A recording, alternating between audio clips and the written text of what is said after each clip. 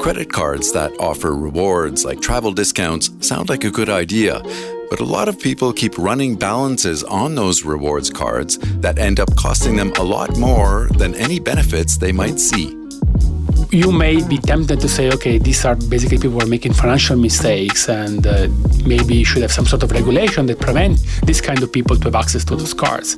IMF economist Andrea Presbitero says not so fast. There could be very good reason for why some people want to have a reward card and pay for that. And one very simple reason is access to credit. Andrea Presbitero also co-authored a research paper that looks at the distributional aspects of rewards cards. Check it out at imf.org.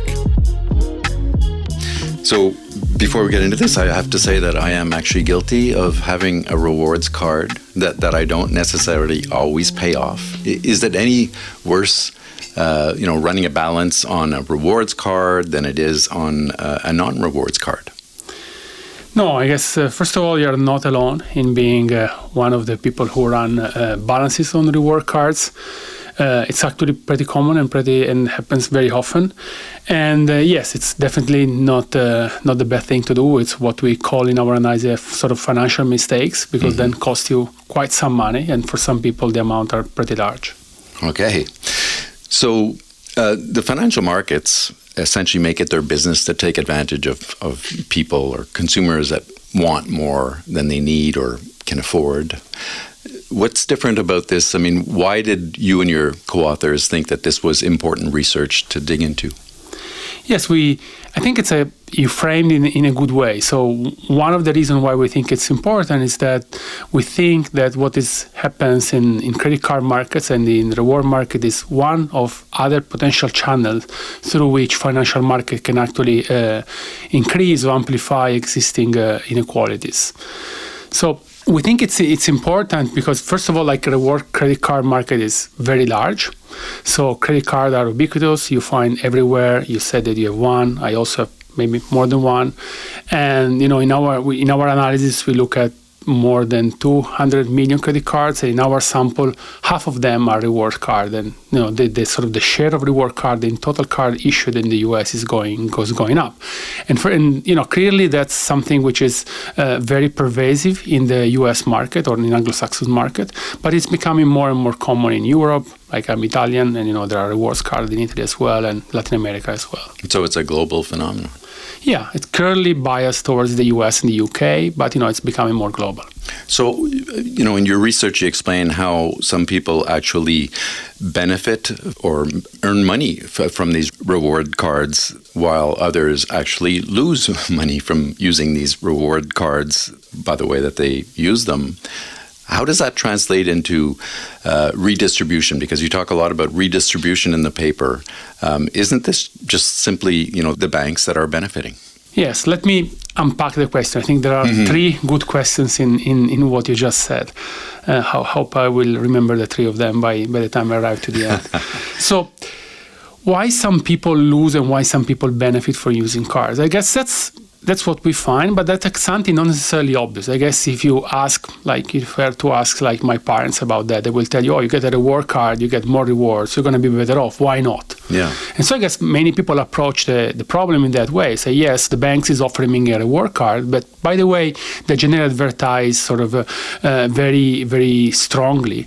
Generally, they have this teaser APR, like 0% interest rate for, the first 6 months or so. And even in Equilibrium, like the APR, so the interest rate on the cards is lower than what you find in other classic cards. So there's a lot of incentive pushed by banks for people sort of to take up these credit cards. And then I guess we can think, yes, those people would benefit from that. In practice, that doesn't really happen. And so there are losers and winners. And why this happens is because by construction, you earn money when you use your credit card and you go out and shop and, buy groceries, you go for restaurants, you travel, you get points, miles, cash back. So earning money is, in a sense, benefiting from the rewards that are given, like free travel or whatever. Yeah, everybody get rewards. No, in the sense when you use the card and you spend. So the rewards are proportional to your spending. Every card is different. You have different kind of benefits. But put it simply, like the more you spend, the more sort of rewards, cash back you get.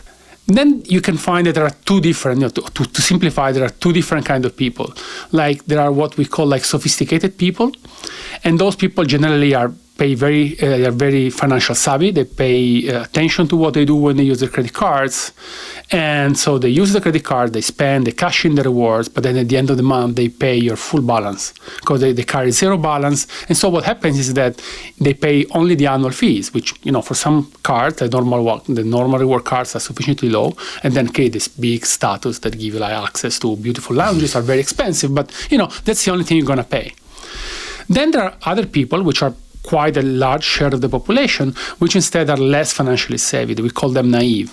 And those people generally make financial mistakes. And one of these financial mistakes is exactly the fact that they basically carry over outstanding balance at the end of the month. And on those balances, you pay interest rate, and these interest rates are pretty large. And so maybe you spend like $1,000 in a month, you get like $50 in benefit points or cashback, but then you carry over a balance of $800 because maybe you were only be able to pay back $200, and therefore the interest payment are going to be even larger than the reward you're going to get. And so on a net basis, what we find that most cardholders on net basis basically gain negative rewards. So they're paying for their travel at the end of the day anyway, yes, more than it would normally cost probably. Yes. And then leads me to the third part of your question, which is, okay, we frame it as a distribution, saying that there are some people who gain and some who lose, mean like the naive guy who to some extent like subsidize the sophisticated guys. But if you look at the problem from a different perspective, you look at the problem from the bank perspective, what you can see is that at the end of the day, the key player who always wins is the bank. So the banks, makes money, and actually we show that in our analysis, makes money through the entire distribution of cardholders. So for people who carry outstanding balances, they make money mostly because of interest payments. And then if people are very late, they make money for late fees, which are generally very expensive. For the other people which are very savvy, clearly you don't get any interest, but those people generally tend to spend a lot of money. And then the banks makes money because of these interchange fees. So the idea that every time you go and pay, you swipe your credit card, and part of the $100 you pay, a fraction, generally 2%, 3%, goes to the banks. And so how much of this redistribution are we talking about, and where does it go actually? So that's one of the reasons why we think it's important to look at this problem, because it could be interesting to see how people behave and which are sort of potential financial mistakes. But we also think it's relevant from a more sort of macro perspective. Okay. So first of all, like one data we can say is that generally bank pays something about $35 billion in rewards, and that's the data we have from 2019. That's more or less the size of the entertainment industry in the US. So you're talking about a lot of money. That's in aggregate. If you look at the individual level, the consumer level, our analysis, keep in mind that we look at what happened in a given month, And what we find is generally people who use reward card as something like $3 or $4 more in terms of rewards. But then this variation is so the $3 to $5 more, I don't really understand what you're saying there. Let me try to explain it a bit better. So what we do in our analysis, we compare individuals, cardholders, which are as similar as possible, but let's say you have a classic card, I have a reward card. Okay. Then we compute the net rewards, which is the difference between the gross reward, so actually the reward you cash in when you use the card, and the cost of using the card, so fees and interest payment. So if you look at these net rewards, on average, they are positive. So if you have a reward card, you are somewhat better off than if you have a classic card, because by construction, the classic card can only cost you some money. Got it. And this difference is something like $3 to $4. What is interesting is not this difference between the classic card and the reward card, but is how this difference changes across individuals. And so as I said before, like our distinction between naive people and sophisticated people. So in practice, how we say that you are naive or sophisticated, we use your credit score, your FICO score. So the FICO score is a good proxy, among other things, also of your degree of financial sophistication, because we can see in the paper that is sort of strongly associated and correlated with the chances that people make financial mistakes, in the sense that low FICO score people tend to make more financial mistakes than the others. Okay, so I'm going to jump in here because I see something interesting in your paper where you say that there's this, what you're calling this reverse Robin Hood aspect to this phenomenon. And when you start looking at those FICO scores, as you were just explaining, it sort of takes a different twist. So walk us through how these credit rating scores put a twist in this story.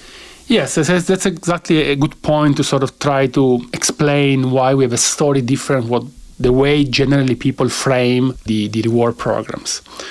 So the way this is generally portrayed is this reverse Robin Hood hypothesis, and the intuition very simple is that the amount of money that I mentioned before, this average $4 per month that people with reward card get compared to people who have classic cards, is generally paid off by the low-income people, who basically subsidize the rich people. So this is why it is reverse Robin Hood. Because story. they're paying penalties and interest. And yes. So basically people are, at least some people, some commentators are adverse to the reward program because, hey, it creates a lot of adversary distribution. It's just basically amplify inequalities because it's basically the poor who finance the rich. So what we do, we're not saying that it's not true. So we're saying that this is only part of the story and there is a little bit more than that, and the story is a little bit more nuanced.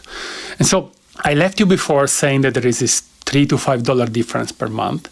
And if you believe the reverse Robin Hood hypothesis, you would say that if there is variation in this net rewards across people, it means that the rich people gain a lot and the poor people pays a lot. So what we do, we don't look at the variation across individual income, but we look at the variation of these rewards across the FICO score, so across the degree of sophistication. And if we plot the net reward across FICO scores for all possible credit cards and card holders, what we find is that those who pay more tend to be like people with very low FICO score or relatively low FICO score, the subprime, the near prime guys, while the prime and even more so the super prime guys are the ones that actually benefit from that. So from that, we say that it's a story about sophistication. And we put the two things together and we say, okay, maybe, and generally what people tend to tell us is that, okay, but then when you look at FICO score, it's another way of looking at income. You know, if you're rich, you have a FICO score. If you're poor, you have a low FICO score. Surprisingly enough, if you look at the data carefully, the correlation between the two is not that high. And that's not only our answer. You know, in practice, what we do is that we do this sort of variation. We look at the distribution of these net rewards across FICO score within different income buckets. So we look only at card holders that are low income, only the middle income, and only in the high income. And we find exactly the same story within the different income buckets. So even regardless of the income, even if you zoom in within the low income, you still find this redistribution, which is driven by sophistication. If I look within the very high income guys, I still find that there are sort of like unsophisticated high-income people that basically subsidize rich and sophisticated guys. So having looked at the FICO scores and the various groups, you establish that there's a demographic aspect to this as well. And you touched upon it a little earlier about inequalities, how it might actually increase inequalities. How might it increase inequalities within our communities? Yes, we also look at sort of inequality and redistribution from an aggregate perspective. So going back to what I said before, like one aspect of our analysis is looking, at the individual behavior, and we are interested in sort of financial mistakes, and we show that sophistication is particularly relevant to understand how there is redistribution across individuals. But then we also observe that the size of this program are incredibly large. So it's interesting from a macro perspective to see does this can sort of help explain why there are widening inequalities within the U.S. regions, countries, and zip codes. So what we do, we aggregate our data. So we have data which are individual at the card level, card by card data. Then we aggregate all this data at the zip code level. And then we look at sort of the average, we compute the average net reward for each zip code, and then we try to see which zip code gains and which zip code lose in terms of net rewards. And if you do a map of that, the map you come up and you visualize it's in the paper, it's basically the standard map you see in the US. The US are, very peculiar in having like a lot of sort of segregation in terms of income, race, ethnicity, and so on and so forth. And sort of if you plot the distribution of rewards, it mimics very well standard distribution of other macro variable and demographic variable in the US. So if you do something a little bit more sophisticated from a statistical point of view, what we find is that areas which tend to have higher net rewards tend to be like higher income areas, low minority areas, more educated areas, and by contrast, clearly areas in which there is like negative net reward, so an outflow of money from those zip codes, tend to be areas which start already from a very disadvantaged position because they have a high share of minorities, they have lower income people, they have less educated people. So to that extent, at the macro level, we show that there is distribution going from less privileged to more privileged area of the country. How interesting.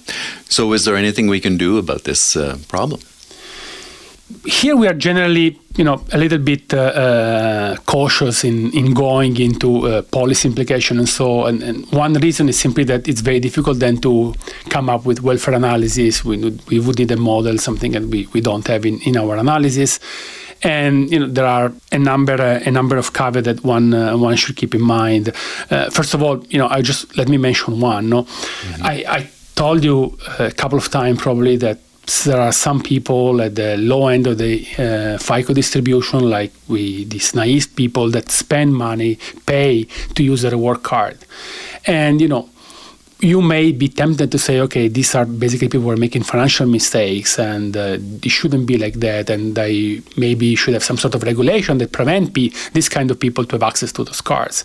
And if you think a little bit more carefully, that's not the right answer. There could be very good reason for why some people want to have a reward card and pay for that. And one very simple reason is access to credit. Like a reward card, it generally have much higher credit limit. And so, in credit card debt is the easiest you can get, and it's still way cheaper than possible worse alternative, which are payday loans and so on and so forth. Yeah. So it could be that for individual perspective, it could be like some people could be better off having a reward card because they need to borrow, maybe they have a medical emergency or something like that. And yes, they are paying. So, but that's exactly, that's the cost for access to credit. That's the big caveat that I have in mind. That said, we clearly see this program, which are incredibly large and they have a lot of redistribution. They take advantage of naivete in people and the fact they make financial mistakes. So there are at least two things which are important. One, which I think is uncontroversial, is financial literacy. So investing in more financial literacy and financial education. There's a lot of effort. There are colleagues, universities nearby here in the area that do a lot of work on that, and I think it's extremely important. And the other one is some sort of regulation to bring in more competition in the market. And this is actually something in which there is ongoing discussion for more than a year in the US, at least in Congress, with bipartisan proposal to try to bring a little bit more competition in the market. And, again, if you do a comparison between the US and Europe, in Europe, there are some of these reward programs, but are way smaller. And the reason why we're smaller, for instance, is because there are caps on interchange fees. So, and so banks cannot gain too much of that. So because of that, the rewards program are smaller, and therefore you have lesser distribution. So that's one way in which at least one could think about like trying to sort of change the market and reduce the size. But clearly there are a lot of other people that advocates for the opposite and enjoy the rewards, enjoy the miles, enjoy the cashbacks. It might be something that's difficult to get through Congress in the United States. Fascinating research. Andrea Presbitero, an economist in the IMF's research department. Thank you so much. Thank you very much for having me.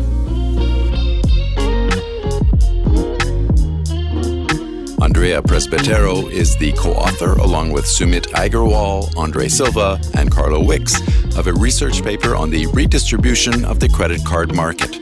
Check it out at imf.org. You can hear more IMF podcasts on Apple Podcasts or wherever you get your podcasts. You can also follow us on Twitter at IMF_podcast. I'm Bruce Edwards. Thanks for listening.